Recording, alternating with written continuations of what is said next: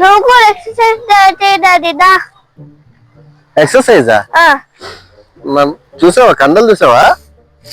6 pack చూసావా? Sir ఏంటి sir అది? కండలు చూసావా? 6 ప్యాక్ చూసావా?